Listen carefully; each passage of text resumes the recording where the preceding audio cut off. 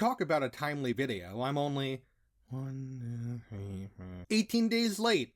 Given my track record, I think that's pretty good for me. I've done a lot of videos on Christmas in the past, but I haven't really dived deep into the Hanukkah well all that much, which is surprising given that I am Jewish. So, in place of the yearly Christmas video, and totally not because I legitimately don't have any ideas for a Christmas video this late into the year, today we'll be looking at 8-ish, great-ish Hanukkah specials. I say great-ish because while these episodes are pretty solid on their own, some of them have repeating themes in regards to Hanukkah that I think you'll start to pick up on as we get further and further into the video. Trust me, it gets kinda obvious pretty quickly. And I say 8-ish because I just wanted to mention quickly 8 Crazy Nights one more time. I know I did a video about this already, so I'll keep it brief, but definitely watch it if you get a chance. There's a lot to take away from it if you can get past the crude humor, which if you can't, yeah, I can understand why. Oh yeah, 2 more things before we start. First off, while I am very familiar with some of these series, others I have little to no knowledge going into them, including seeing other episodes in the series, so a lot of what I'll be discussing in regards to those specials will be the episodes taken at face value. And second, some of the episodes I will be talking about may not directly be discussing Hanukkah, but they will heavily imply that it is a central theme of the episode. Case in point with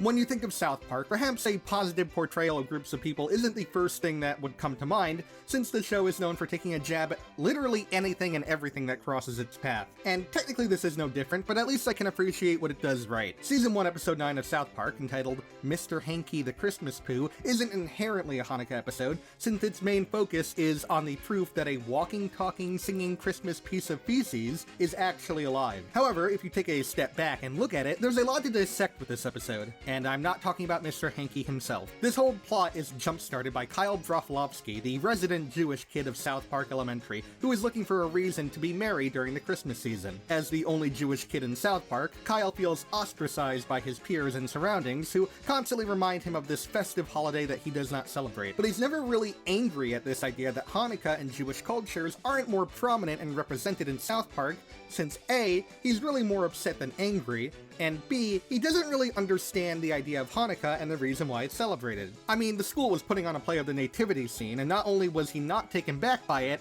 he was also playing the part of Joseph. This is where the episode kind of turns more into a jab against the war on Christmas, and less about feeling isolated due to religious celebrations, so we'll stop there for now. Still a very good episode, and I do agree with Cartman on this one. Kyle's mom is indeed a bitch. How about we sing, Kyle's mom is a stupid bitch in D minor?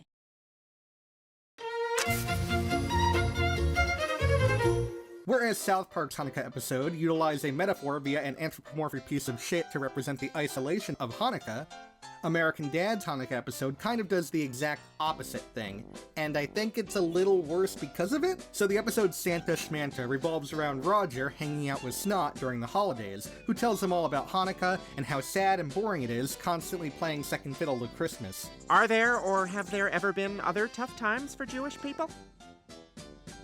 Yes. Roger, feeling inspired, converts to Judaism so that he can celebrate Hanukkah with Snot. While they're at the mall together, Roger becomes enraged by a mall Santa and drags the corpse of the real Santa to the mall to prove that he is indeed dead.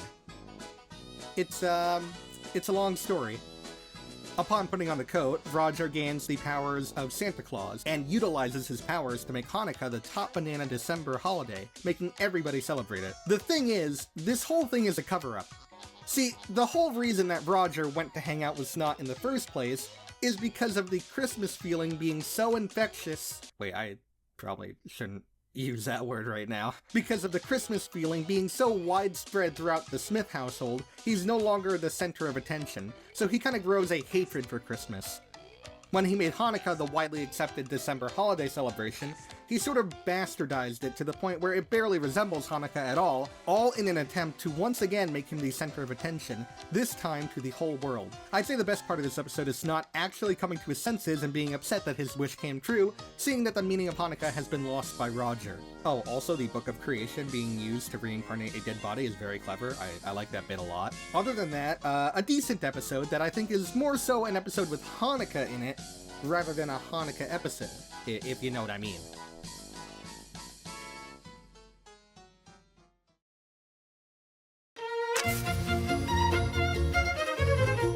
Okay, this one's gonna be quicker than the other two since I actually don't have a lot to say about Camp Camp's Culture Day episode. I like the series as a whole, but the episode is pretty formulaic, all things considered. That doesn't mean I don't like parts of it. The episode revolves around Culture Day at camp, where all these kids showcase their religious and spiritual beliefs to the rest of the campers to expand their minds to new ideas. All the campers, except for Max, of course, seem to take the most interest in Neil's booth, which highlights, you guessed it, Hanukkah. At first, he seems hesitant to talk about it, but when he sees the other kids are really interested, he gets into it. First, he discusses how it's celebrated today, with dreidels and menorahs and gifts and gelt and whatnot, which seems to really captivate the kids. But when he gets into the history behind it, he starts to lose them, so he comes up with a lie to create a mascot for Hanukkah, and gives him a bunch of cool superpowers so that he can get the attention and respect back. From there, it follows relatively closely to the liar revealed cliché plot, where he becomes a lot more cocky and tells more lies about Hanukkah, to the point where his lies start to contradict one another, and he gets cornered by the other kids and is forced to tell the truth. Something I really appreciate about how this episode ends, though, is that when he does tell the true history of Hanukkah, instead of the kids dismissing it or laughing and making fun of it or something like that, they instead seem to be very enthralled with the story, so I can appreciate them showing some interest. All in all, though, it's a pretty decent episode. I like the beginning, and especially the end, but the middle left a bit to be desired. I will say, though, he utilizes Judah Maccabee as the mascot of Hanukkah instead of making up some random person or being, so I'll give extra kudos for that.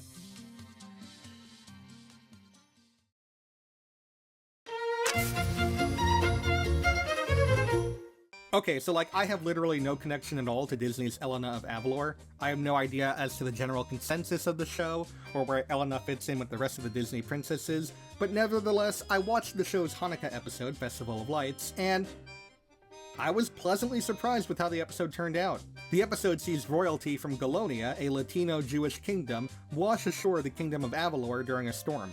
The royalty consists of Princess Rebecca, Prince Ari, and their grandmother Miriam. They were on their way home to celebrate Hanukkah when the storm came and tore their ship asunder. Elena and her family, wanting to make sure that their guests are still able to celebrate the holiday they love so much together, see to it that they're able to throw a proper Hanukkah celebration for them. The siblings make a special point that Miriam enjoys her Hanukkah traditions with her special menorah, so they set off to get as close to the traditional Hanukkah as possible. Needless to say, things don't turn out great, as they sort of have to wing a few of the steps to make the food, and the traditional menorah ends up broken. Turns out, however, that Miriam actually likes the celebration that Elena's family has made for her more than the one that she celebrated, and is very appreciative of what Elena's family has done for her. I think that's actually a pretty good message, where tradition is important, but so is the ability to alter tradition and change things up every once in a while. Is it Elena or Elena? Have I been pronouncing it wrong this whole time? Oh god, I'm so sorry.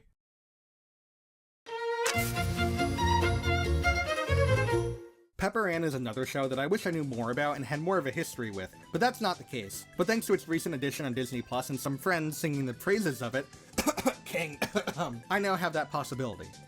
Which is great because I watched Season 3's A Kosher Christmas for this video, which I found myself enjoying a lot. The episode sees our titular character, Pepper Ann, recap her holiday break and how, through a misunderstanding, she was under the impression that she had to make a choice between Christmas and Hanukkah. See, her mother is Jewish and her father is Christian, and every year she celebrates both Hanukkah and Christmas with her respective sides of the family. Every year it's gone off without a hitch, except this year when she tried to take both the mantle of Christmas and Hanukkah at her school play. In spite of her teacher's warnings, she goes through with it and flubs up her part, to the point where she sees her grandmother hyperventilating, thinking that it was because of her screw-up. She also overhears her parents saying that, quote, she has to make a choice between the two on Christmas Day, which she believes is referring to her having to make a choice between Christmas and Hanukkah. There's nothing in particular that really tops this one over any previous or upcoming Hanukkah episodes, but what I like about it so much is that it really puts things into perspective. Except for arguably her teacher, who may have put this idea in her head, nobody is actually pressuring her to choose between the two holidays except herself. It gets to the point where she starts to write down the pros and cons of each holiday to help her choose, but it ends with both holidays being tied. So she goes to talk to her friends who are volunteering at the homeless shelter to ask for their advice on the situation, but before she can ask, her friend introduces her to 3 people who lost their jobs and are down on their luck, and she decides to drop the idea of asking her friends. And you know why? Because in the grand scheme of things, something like this is really fucking pointless.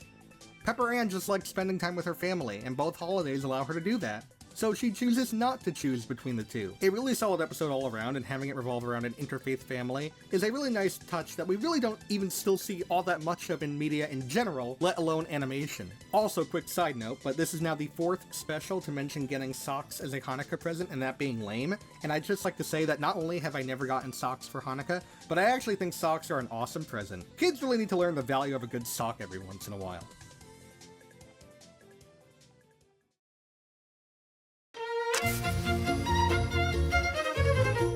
Yet another show I have literally no connection to, Lloyd in Space, is actually one that I had never heard of before researching this video, and I gotta say, I think I missed out because I really like the direction that their Hanukkah episode went with.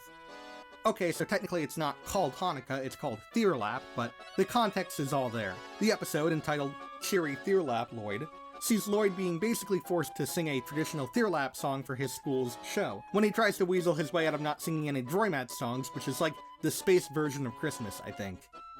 You can tell he just really doesn't want to be involved because he doesn't care, but he comes up with an excuse that he doesn't celebrate Droymats, so he doesn't feel comfortable singing anything about it. When he fails to find out more information about Thirlap from his mother, he finally gets answers from his grandfather, who seems ecstatic to hear that Lloyd is interested in learning about the tradition. The problem is, the only thing that they do to celebrate Thirlap is build a hut and eat flavorless cakes, which is what their ancestors did to survive.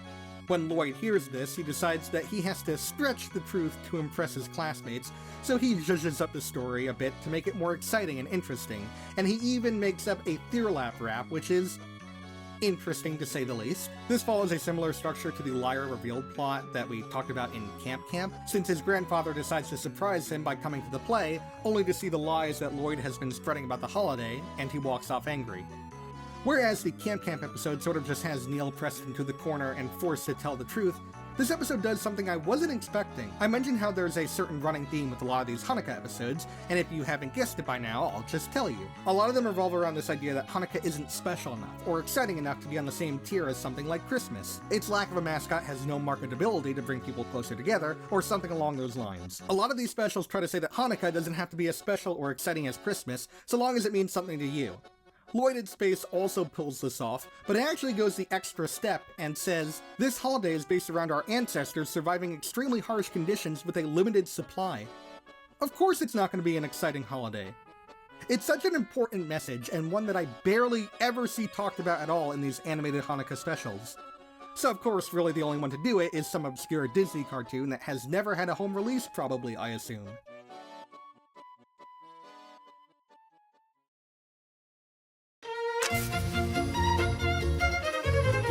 When it comes to Hanukkah specials, this is probably the one that's first to everybody's mind. It's the first ever animated episode of a TV show focused solely on Hanukkah. It's an episode that I and many other friends grew up with. The episode being the Rugrats Season 4 premiere, Hanukkah. I love this episode so much. There's so many great moments in this episode that all work together so well. There's the small stuff, like Stu making a giant menorah for the Hanukkah play, only for him to be stuck in a Christmas parade, and Angelica accidentally finding the Torah and not really caring about the rabbi trying to explain the Torah to her. Like, of course she's not gonna care, she's a 3-year-old looking to watch a TV special. Then there's the bigger stuff with the babies, like the story of Hanukkah being told to them and them taking the places of Judah and the Maccabees, as well as them trying to kill the meanie of Hanukkah. The best thing about this special, though, has to be Grandpa Boris's rivalry with Shlomo. I love these two a lot. Clearly they're bitter towards one another, but in the beginning, we only really get to see Boris's perspective. He's mad that Shlomo got the part of the king over him and that he got top billing, which stemmed from a deep-seated hatred of him constantly bragging about his successful business. It's not until later on in the episode that more information is brought to light, and we finally get a perspective shift. It's honestly a fantastic moment. I highly recommend seeing this episode if you haven't. It's one of the best Rugrats episodes. And this is coming from someone who doesn't even like Rugrats all that much!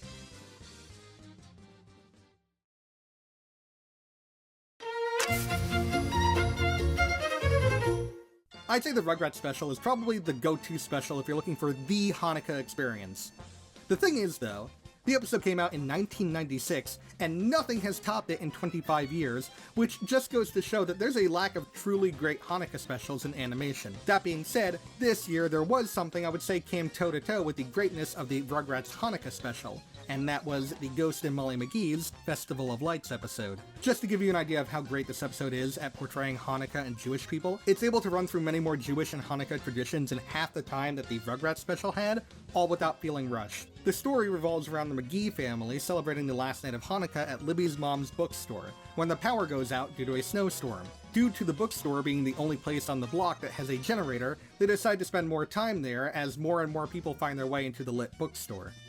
It's a very simple premise, but it utilizes its simplicity to further enhance the Hanukkah experience. For starters, there's only enough fuel to have the backup generator running for an hour, but it manages to last for a full 8 hours, which is a great parallel to the Maccabees oil story. The episode is structured around the families and patrons doing different Hanukkah-based activities with each other for 8 hours. We see some traditional Hanukkah activities like eating latkes and playing dreidel, as well as some personal traditions for Libby's family, like writing down a miracle that happened, and a Hanukkah poetry jam session. There's also one that's a jab at the many different spellings of Hanukkah, and I honestly relate to that one a lot.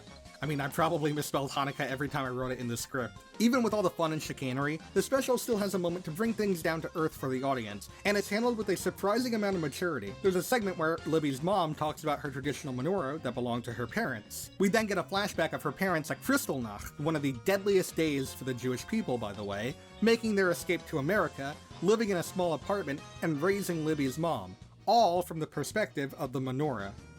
It's a very touching moment that was handled very maturely, and I have to give the writers kudos for that. If you were to watch any Hanukkah animated special this year, I definitely have to recommend this one. The Ghost and Molly Mcgee! And so now we've come to the end of the video. Whether you're finishing wrapping up your last gift and writing your last card for tomorrow, or getting your place ready to have guests over for a Christmas celebration, or just having a normal day at home tomorrow, just remember that my time management skills are terrible. An 18-day late Happy Hanukkah from me to you, and I'll see you in 2022.